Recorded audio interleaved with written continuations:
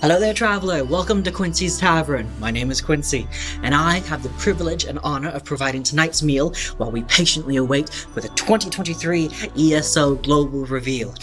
I hope you're hungry, because tonight we have a special treat for you. I was thinking we would do something slightly rustic yet filling, but also with a more refined presentation for the veteran adventurer such as yourself. I had ingredients from all across Tamriel brought in for tonight's special occasion, and I'm so excited to spend some of this evening with you tonight. We do have a few moments before the global reveal officially starts, so how about a snack? I have just the thing. Cabbage biscuits with these bits of bacon all throughout, perfect with some butter and jam. So nice. Sound good? Wonderful. Let me show you how to make them.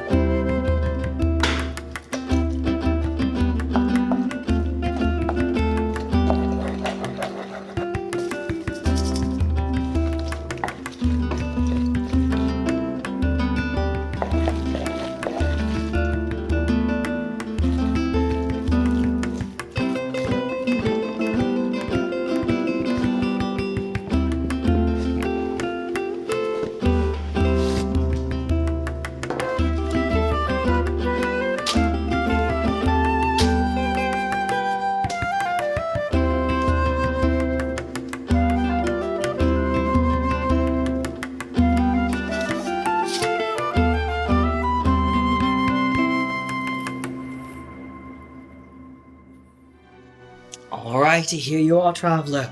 Fresh from the oven, careful, they're still very hot. But I think with that we have everything we need for the ESO Global Reveal. Now go get us some drinks, you don't go nowhere, eat to your heart's content. Thank you for joining us tonight on this epic adventure. Enjoy.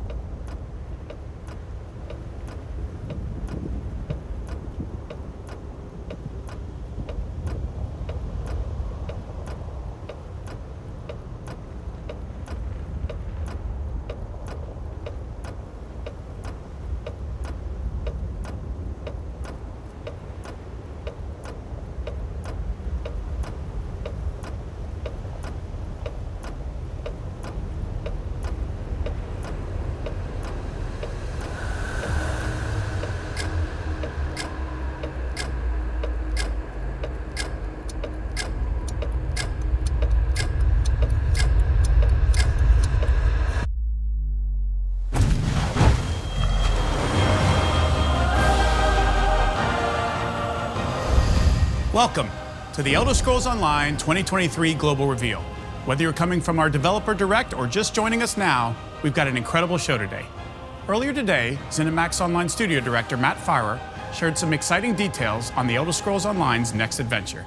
That includes one of the most requested features from the ESO community, a new playable class. called The Arcanist. Matt also revealed that the new chapter, called Necrom, will take you back to a familiar location in Tamriel, Morrowind.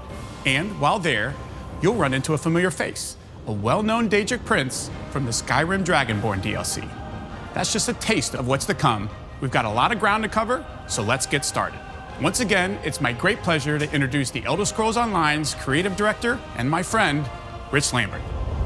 Hey, Rich. Hey, Pete. Good to see you here. Yeah, it's so great to be back to talk with you about all the new fun things the team's been working so hard on. I can't wait to share it with you all. All right, it's time to talk Necrom. Are you excited?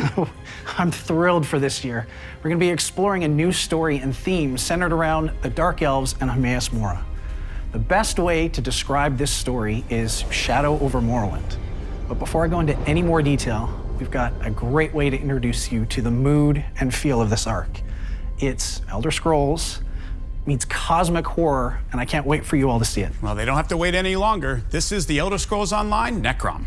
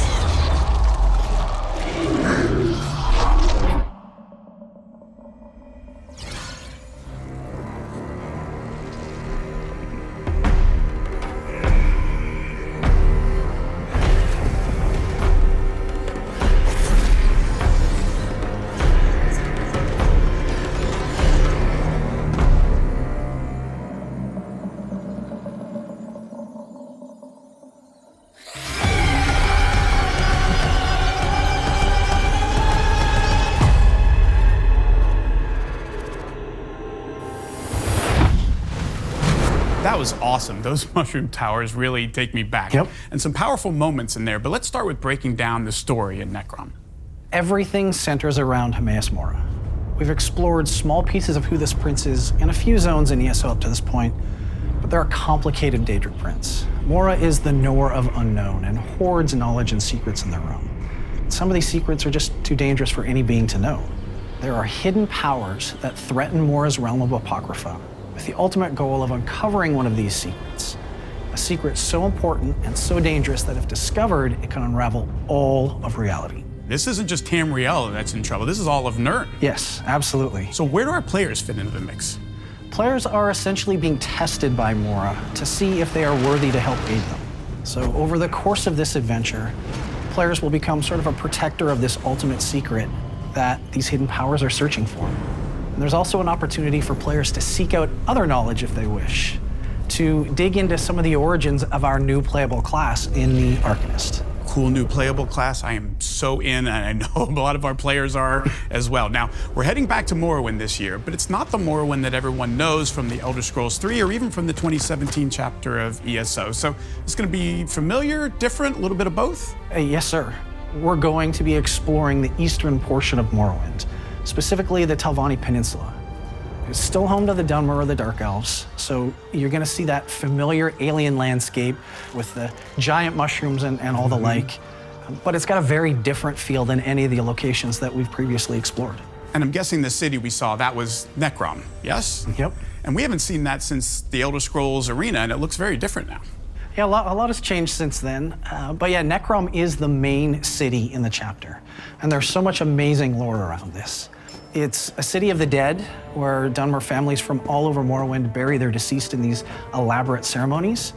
But there's also some really just wild rumors as to the origins of Necrom. It's a crazy old city, but I'll leave that up to CJ to kind of dig into in just a little bit. Now, finally, Necrom isn't the only cool location that players are going to get to explore. So tell us about the zone that I'm pretty familiar with, and some of our players will be too, and that's Apocrypha. Yes, the Oblivion Realm, home to forbidden knowledge. Also home to the know-it-all Daedric Prince that we just saw, Hermaeus Mora. Now, it's always great to revisit other areas of Tamriel that we haven't seen in an Elder Scrolls game, but I know the folks at ZOS like to build everything from scratch. So when it comes to the Prince's Realm, it's not just like a carbon copy of what we've seen before, right? The Apocrypha that you know and love from Skyrim it's definitely there. The dark inky waters, the towering stacks of books, you know, those unique yellow-green skies. But like always, we love being able to explore new areas, love putting our own spin on things, and we want to make this our own and give the players new fun things to explore and learn. It's so exciting. Sounds like a great blend of the old and the new when it comes to like the biomes and the places the players are going to be exploring in Necrom. And in fact, let's explore more of Necrom right now with more details from the team. For the regions in Morrowind and Apocrypha that have been explored in previous Elder Scrolls games, we approached them carefully, making sure on one side it felt like a trip down memory lane, but also providing new experiences for everyone. Our destination this time was the Telvanni Peninsula, an area we visited in the very first Elder Scrolls game, Arena. We also caught a glimpse of its coastline in Test 3, Morrowind. This is the first time any game has returned to these lands in almost 30 years, and we were really excited to bring them back. The giant mushrooms and distinctive fungus-covered Telvanni towers are back, of course. The East Asian influences at work in some of the architecture and general aesthetics also return, as does the alien landscape so crucial to representing the lands around Vardenfell. For many players, Morrowind was their first introduction to an open-world RPG, and this concept was reflected in the expansive environments of Test 3. ESO has always honored this basic idea, the idea of a world ripe for wandering, and our depiction of the Telvanni coast will reflect this. The sense of odd scale you may feel walking through it are paramount. In terms of differences, we've crafted a modern view of the city of Necrom, not seen since 1994.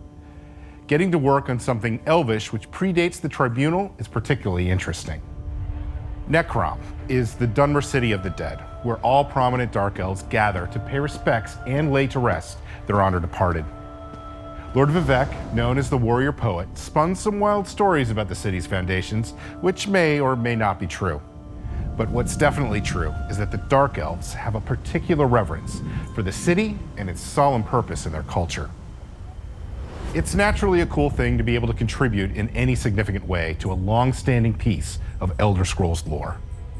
For the Telvanni coast, we had a lot of fun playing with the legend of Necrom's foundation. Specifically, the lore of Vivek himself having defeated the great beast Gulgamorgil, whose bones supposedly lay the foundations for the city.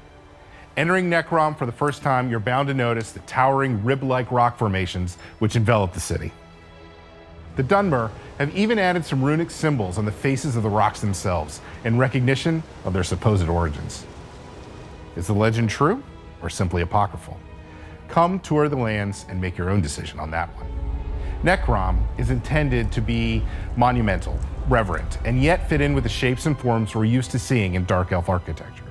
The distinct arched doorways and decorative elements are there, as well as the detailed mosaics on the opulent interior spaces.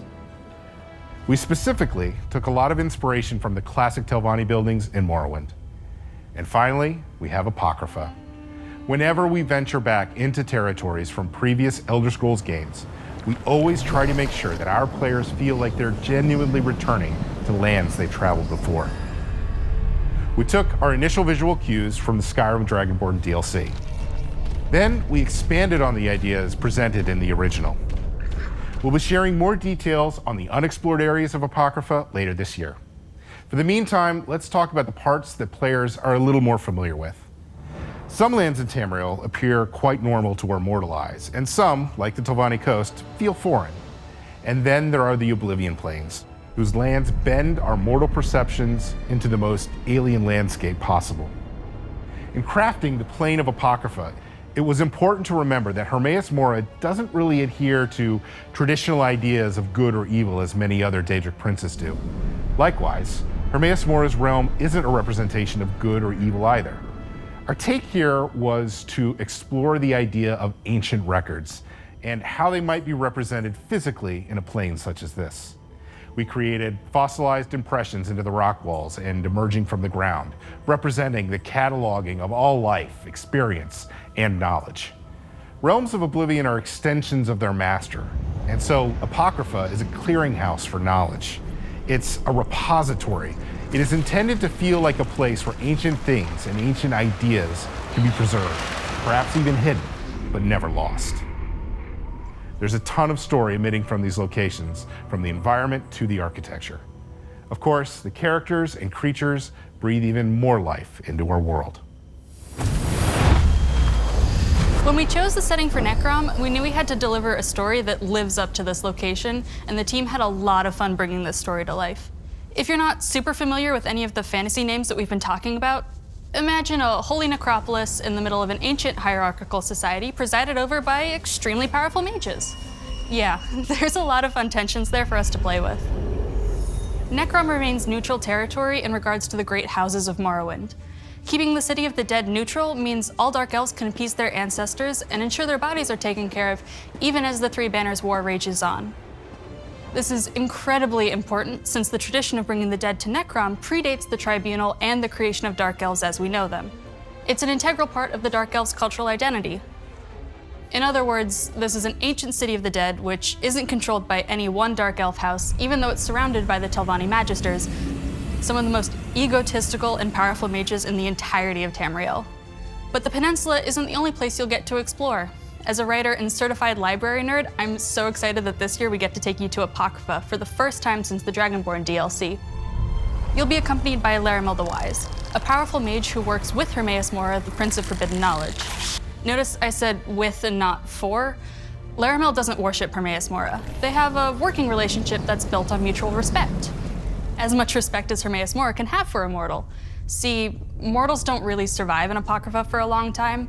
Knowledge is enticing, but you'd be a fool to assume that it's harmless. And the sheer amount of information there tends to melt mortal minds, mangle their bones, contort their flesh, and turn them into terrifying creatures called the Hushed. Some books are lifeless collections of paper, totally safe to pick up.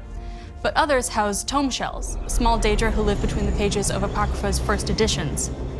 They may not necessarily attack you, but if you've ever picked up a shell on the beach only to discover that there was a hermit crab already living in it, then you know just how surprising a tome shell can be. Tome shells and Hushed aren't the only denizens in Apocrypha. No, Apocrypha's guardians lurk around every corner. Seekers attend to the vast library, while lurkers wait beneath the inky waters to dissuade any stubborn researchers from discovering Apocrypha's more dangerous secrets. It's best to be sure that you're really alone before you pick up some light reading. You'll even meet a clanless Dromora called Torvasard, who refuses to let the secrets of Apocrypha remain undisturbed. Torvasard's motives are as mysterious and complex as his allegiances. It's really hard to tell if he's friend or foe. This chapter isn't all about exploring crypts and making friends with Eldritch horrors. There's a dark threat coming for both Apocrypha and Nirn. Vampire mercenaries known as the Dusksabers prowl the Telvanni Peninsula working for Magister Shelreni Barrow. Shelreni seeks to climb the ranks of her house by any means necessary, even working with anyone who will give her the power to achieve her goals. Not everything will be hidden and mysterious, though. If you've played ESO before, there are a bunch of familiar faces for you to find throughout this chapter. I won't spoil all of the surprises, but we are bringing back my favorite Morag-Tong assassin, Asher. Okay, yes, Narya will make an appearance too. With all this focus on secrecy and forbidden knowledge, it'll be up to you to discover the truth and stop enemies across Eastern Morrowind and Apocrypha. Good luck! Hey everyone, we're excited to let you all know that the Elder Scrolls Online Necrom is available for pre-purchase right now. While the chapter will launch on PC, Mac, and consoles this June, we've got plenty of reasons for you to pre-purchase and jump into ESO today. If you're a new player, someone who hasn't played ESO in a while, or you still need to pick up some of our previous chapters, you'll want to go with the Necrom Collection. Either version, the Standard or the Deluxe Collection, grants you instant access to 6 of our previous chapters and the base game. And you'll of course be able to access the Necrom chapter once it launches in June. That's hundreds of hours of content all in one package. We like to refer to it as 8 games in one, since each is like its own standalone Elder Scrolls adventure. And keep in mind, you can play these in any order too. For current players, we're offering both Standard and Deluxe upgrades, which will provide you with the latest Necrom chapter. No matter what version you pre-purchase, you'll receive these items. While some will be unlocked at launch, everyone will receive this unique mount immediately. For a limited time, if you pre-purchase Necrom, you'll also receive this matching pet to go along with the mount that Jess just mentioned. Coming with the Deluxe Edition is this new Apocrypha-themed, one-of-a-kind mount. That's in addition to other pre-purchase items that come with the Deluxe Upgrade and Collection. Separate from our pre-purchase offering, but just as cool, is the Hermaeus Mora Collector's Statue that's available for pre-order at the Bethesda Gear Store. Be sure and secure yours along with some awesome ESO merch, because right now, for a limited time, we have a flash sale running. Any edition of Necrom also unlocks the new Arcanist class at launch, and we know you've been eagerly awaiting more information on that, so let's check it out now. All right, we've waited long enough. Rich, it's Arcanist time. Spill some details. Where do you want to start? You know, this has easily been the #1 most requested feature from players since the Necromancer back in 2019 with Elsewhere. Well, I mean, why don't we give the players a little bit of the backstory and inspiration behind the Arcanist? The Arcanist is a new way to play and experience ESO. It's the 7th playable class and channels the power of Apocrypha to create ancient runes of power. This weird knowledge lets them do some truly fantastic things, destroying their enemies with runic magic, summoning tentacles from the abyss, healing their allies, and some even protecting themselves from the worst the Daedric Plains have to offer. Of course, what everyone really wants to know is, how do you play the Arcanist? And we've got just the person to tell us. With the Arcanist, we wanted to keep the basic form of the class familiar to everyone so there's something for all play styles, while letting us be more creative with the abilities themselves. We started off with 3 skill lines: Herald of the Tome, Apocryphal Soldier, and Curative Rune Forms. Each line focuses on a different aspect of the game: offense, defense, and support. The challenge we embraced was making these abilities feel unique compared to previous classes, but not so systematically different that veteran players would feel out of place. I know several of the abilities will leave you awestruck. 2 of my favorite new abilities are Apocryphal Gate and Abyssal Impact. Apocryphal Gate lets you open a pair of temporary portals that you can jump between for extra in-fight mobility, or use these portals for creative exploration. Abyssal Impact is a bit more direct. It has you infuse your arm with unstable magic, transforming it into a tentacular weapon as you thrust forward, damaging and debilitating your foes. I'm also super excited to share that we're doing something very different for the Arcanist, implementing a combo point system.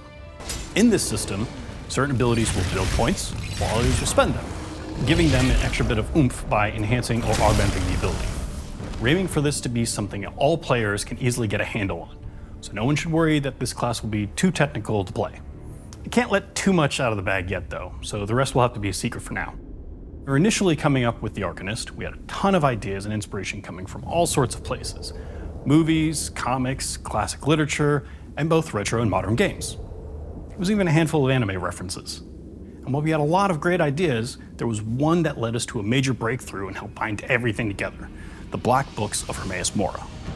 Now, while this gave us a solid feel for how the abilities should look and sound, you won't necessarily be wielding one of the Black Books. Instead, you'll summon your own tome, in which you've inscribed numerous bits of ancient knowledge that you've gleaned from the Prince of Fate. Think of it like your own cookbook you glance at every so often to spice up your spells. This won't be the only taste of the Arcanist you'll get, though. You'll also come across foes, and maybe a friend, who will wield the same deep magic that you'll learn. There may even be some unforeseen enemies that have tomes worth of forbidden arcane power to throw at you. This is just the first page of the story of this new class. We've had a ton of fun making it, and we've got plenty more to show you as time goes on. I can't wait for you all to experience adventuring Tamriel and the realms beyond, alongside or as an Arcanist. Okay, Rich, now let's talk about some new features and systems. Start with, any chance there's going to be some new companions? Yes, in fact, we've got 2 new companions coming to ESO with this Necrom chapter. And for those that don't know who or what companions are, they're your permanent adventuring buddies. Someone that's at your beck and call whenever you want to help you explore Tamriel. And the feedback from players since the inception back in 2021 has been overwhelmingly positive. And we've been looking to expand and evolve it in new ways. So tell us about the 2 new companions we're going to see. The first companion is called Sharp as Night, and he is an Argonian warden who is a bit of a mercenary and an enigma. He originated from Blackmarsh, but his past is lost to him, and he's spent a lot of time trying to figure out who he is to no avail. He is a lot more reserved than our other companions, as he's lived a tough life and he really isn't overly chatty, and you're gonna have to prove yourself to him. And then there is Azander. Azander is a Redguard male and a little bit of a crazy fatherly figure professor. Think Willy Wonka meets Dumbledore, and he's got this really singular focus on the pursuit of knowledge. And so what's so special about Azander, Rich? As some of you might have guessed, with Azander being so focused on this pursuit of knowledge, he's an Arcanist himself, so you'll be able to dig into a bit on that side of his story as well. Some amazing stuff, and that's not all we've got cooking. Like every chapter, we offer loads of side quests, a new trial, there's world events, public dungeons, delves, and more. Roughly how much content do you think we're talking here, Rich? Players can expect around 30 hours of content just from the main storyline, in addition to all the side content and everything you just mentioned. Always so much to do in an Elder Scrolls chapter, and the team has really pulled out all the stops with Necrom. We really have, and players won't have to wait too long to begin their Shadow over Morrowind adventure. Players will be able to begin their adventures this March with our first DLC. Awesome. I will definitely be checking that out. Before we wrap things up, let's talk about some changes that you're planning to the ESO calendar. Absolutely. So ESO is a living, breathing world that is constantly evolving. As a team, we're always evaluating where we are, what the game needs, and the community sentiment around how well we're doing. And over the years, we have made many changes based on these evaluations. But one of the fundamental pillars that hasn't changed has always been to create as much story content as we possibly can to try to keep up with our players and their insatiable desire for new stories and adventures. And this constant drive is one of the reasons why ESO has become one of the best games on the market today. There's so much to do, so many stories and locations to experience, tons of systems and various activities to participate in solo or with friends. So what's changing? We want to continue on creating these new adventures while also addressing quality of life feedback and bugs that have emerged over time. In other words, we want to focus on polish and iterate more on cool ideas, be it stories or systems, with the overall goal of making each release as solid as it can be. The first half of the year isn't really going to change much. We've been hard at work on a lot of this stuff for a very long time. We're still doing a dungeon DLC with 2 new dungeons and a prologue quest to kick off this new arc. The chapter is releasing in June with all the goodies you love and expect. Where things are changing this year are fall and winter. That's great news for players. Don't stop. Keep going. Late summer, our focus is going to be on bugs and quality of life additions. Things like pre-made group finder or an all-in-one attunable set crafting station as examples. There won't be any dungeons in this update because for update 40, which comes towards the end of the year, the team is working on something really epic, something pretty special that they just need more time on. I mean, come on, Rich, we gotta give them more than that. Okay, fine. How does an endless dungeon with a buddy sound? Oh, sounds good. We'll have a lot more info on this later in this year, but I'm insanely excited about this. Sounds very cool. Well, Rich, I want to thank you for all the details surrounding Necrom and the Shadow over Morrowind adventure today. I know I'm excited to play, and I sure hope everyone watching is as well. We are just as excited. But before I go, I wanted to personally thank the entire team for all of their incredible work. It's truly an honor to be able to represent them here today. Also, on behalf of the entire ZOS team around the globe, I'd like to thank you all for your continued support. You've helped make ESO and its amazing community what it is today.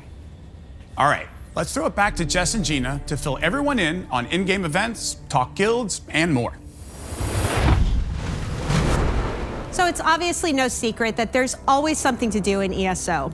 In addition to all this content, we offer a wide variety of in-game events catering to all different play styles, from PvP to Overland, seasonal festivities, and more. In addition to our quarterly content updates, this year we'll be having 11 in-game events, plus the themed monthly PvP Battleground weekends. In fact, our first in-game event for the year, the Season of the Dragon celebration, starts in just a couple days. And who better to enjoy all these events with than friends? ESO is great solo, but even better with friends, or a whole guild of friends. Whether you're into PvP, 12-player trials, crafting, questing, or even fishing and house decorating, there's a guild or 5 for everyone and every playstyle. You can find your first or next guild via the in-game guild finder. If you're a current player and have a guild who is looking to welcome new adventurers, let us know about it on Twitter. Tag us at TessOnline. And speaking of coming together, we're extremely excited to let everyone know that we'll be hosting an in-person event this spring to celebrate all things ESO and the Shadow over Morrowind adventure. We'll share details on our website and social channels very soon. In the meantime, if you want to learn more about the first DLC in the Shadow over Morrowind adventure, we'll be previewing the DLC and Update 37 live on Twitch this Friday. So be sure and tune in.